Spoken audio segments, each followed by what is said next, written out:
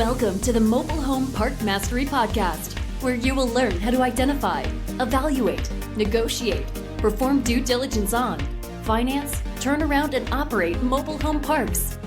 And now, here is your host, the fifth largest mobile home park owner in the United States, Frank Rolfe.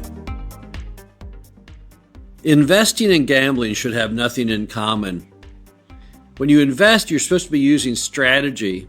You're supposed to be using your money in a manner in which you can't lose it, and that you're going to try and get a high rate of return without your loss of capital. But when you gamble, often in search of high rates of return, you can lose everything that you bet. In fact, it happens more than it happens that you win. On today's Mobile Home Park Mastery Podcast, we're going to be talking about the one element that both gambling and mobile home park ownership have in common, and that is the concept of risk and reward. Obviously, nobody in Vegas is ever going to go down and gamble on any game if they don't believe there's a chance, however slight, they may win a really, really big prize or amount of money. And the same is true of mobile home park owners, but we look at it a little differently. We're all the time trying to gauge the risk and the reward to see if they're in a healthy profile, and then additionally figure out how to mitigate that risk. So we're going to go over today not just the easy stuff, not the parks that don't have a lot of risk. Those aren't interesting, and those have nothing in tandem with gambling. A park that's basically full with no park-owned homes in a big metropolitan area with markets rents is not something that typically has a lot of reward in it, doesn't have a lot of risk in it. It's almost closer to a bond. So let's instead talk about mobile home parks that have higher elements of risk and decide whether or not that risk is worthwhile, and then how best to try and mitigate it. Let's start off with some high-risk items. First one being trying to fill a lot of vacant lots. So if I'm looking at a mobile home park and it's got a lot of vacant lots that I need to bring homes in on and then rent or sell those homes, that's very high risk. Why is it such high risk? Well, I don't know if the customers are going to be able to afford those homes. I have no idea when I start that adventure how much money they earn, how much money they have for a down payment. And it's very likely I'm going to guess wrong. And if I guess wrong, I'll bring homes in that are too expensive for my customers to buy. Additionally, I'll have capital investment necessary to get those lots ready and to bring in the homes. So quite a bit of risk out there trying to fill vacant lots. Now, how do I mitigate that risk? Well, it's really two items. Number one, I try to mitigate that risk with test ads. These are ads you typically do in the largest metro newspaper in Craigslist. And they're titled pretty simply. What you do is you put the name of the area where the mobile home park is in all caps at the start. So the customer knows exactly where in the metro area the park is located. And then you say 2 and 3 bedroom mobile homes for sale or rent from, and then a price point that is basically the lot rent plus the assumed payment on a new home, which is typically around $400 a month. Includes lot rent and a phone number. And you run that ad for 10 days to see how many calls you get. If you get 20 to 30 calls in a 10-day period, that's considered a fairly high level of demand, and therefore it's mitigated your risk to some degree. Also, if you can use a home financing program, one like the 21st Mortgage's cash program, which pays all of the costs of lot preparation and bringing in the home and completing the home, that again mitigates your risk because you can go very, very fast in very large numbers of homes with very little amount of capital. What about raising rents in a big way? That's going to be another high-risk adventure. Some states don't allow it all now. They have rent control and you can't raise rents in any significant manner, but there's very few states that have rent control. So in the other states where you don't have rent control, what do you do about raising rents? Let's say the park you're looking at has a $200 lot rent, but the market is $400. Well, how do we mitigate that? Can we raise the rent? First off, yes, you can. We found most times you can raise the rent without much pushback, about $50 once a year, $50 monthly. But how can I even further mitigate what I'm doing? How can I make sure when I raise the rent, I won't lose customers? How can I make sure when I raise the rent, I won't have huge amounts of pushback? First thing is back to the test ad. How is your test ad results? It is possible that when you raise the rent, you may lose some marginal customers. And if you do that, you'll have to replace them. You want to make sure you have enough demand to do that, obviously. Also, I need to do very, very detailed market comps. I need to see what the rent is at every other mobile home park in the market. And then I need to look at it on street view to make sure where I fit into that spectrum. Another way you can often get an idea of how a rent raise will work is to look at the cars the residents are driving.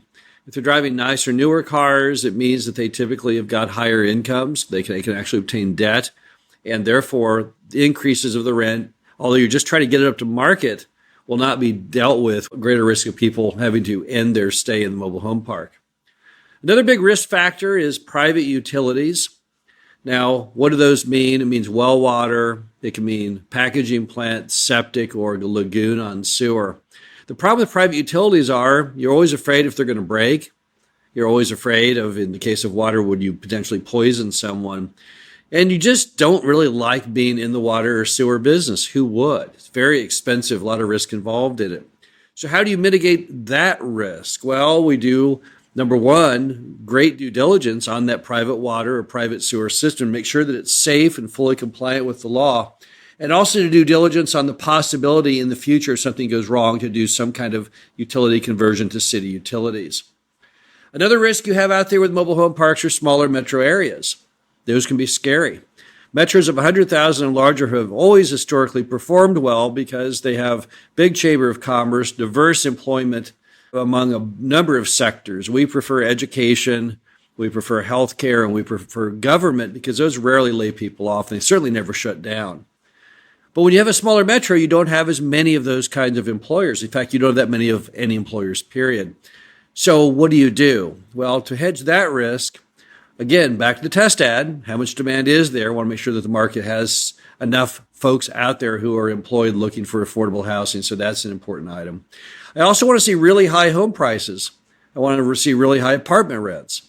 I want to see really low market vacancy. You can find all those items on bestplaces.net.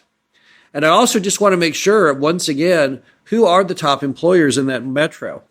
Are they industries I have faith in? Are they hospitals?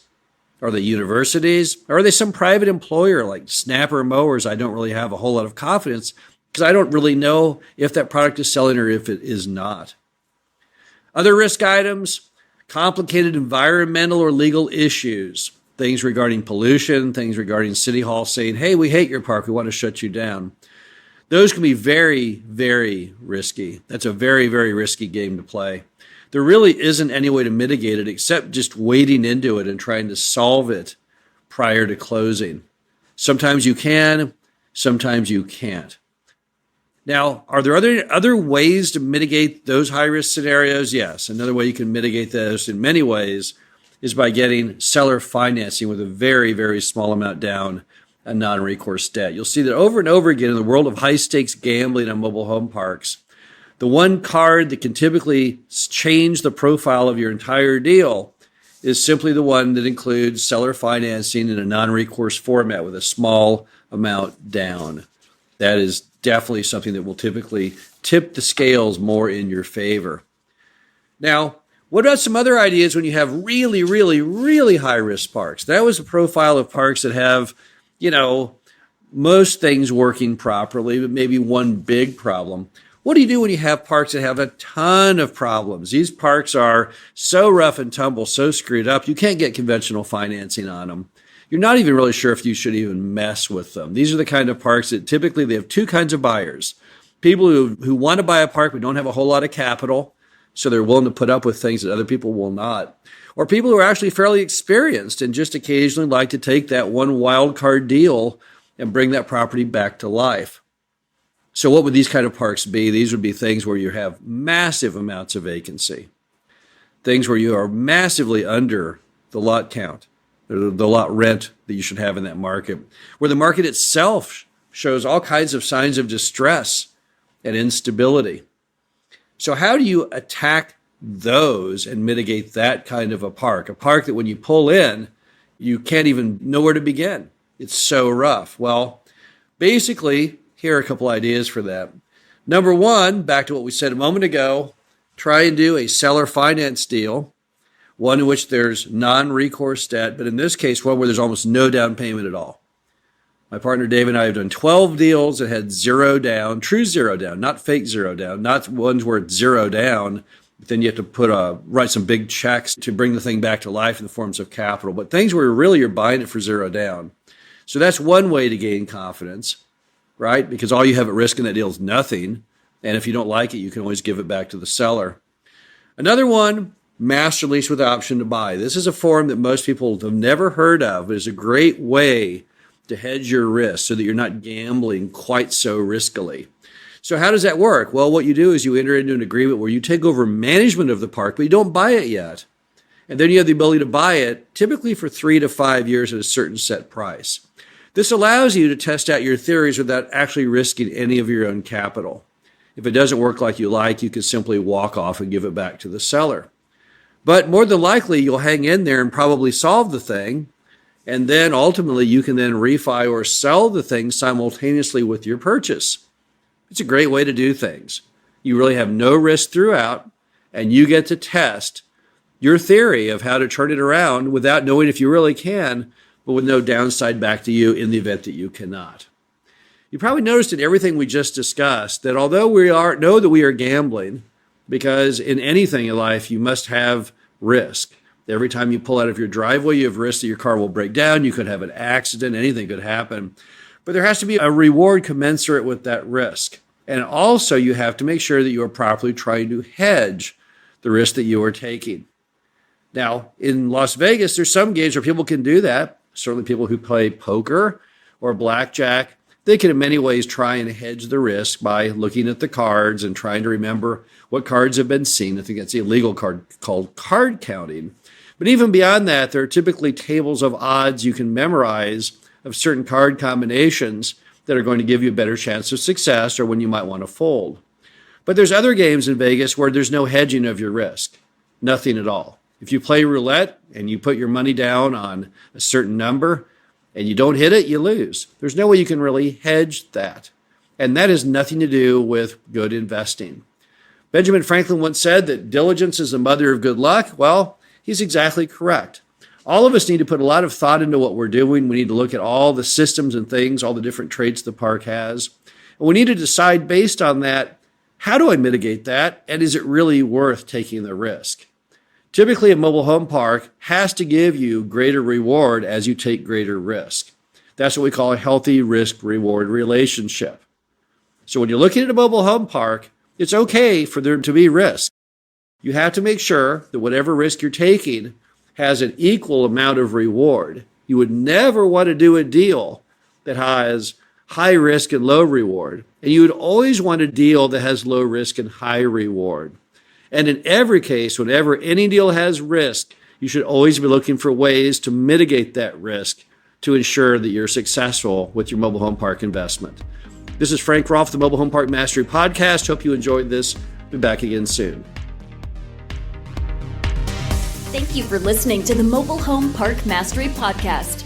Be sure to visit us at mhpmastery.com to subscribe to the show, read our show transcriptions, and access all of our great information on mobile home park investing.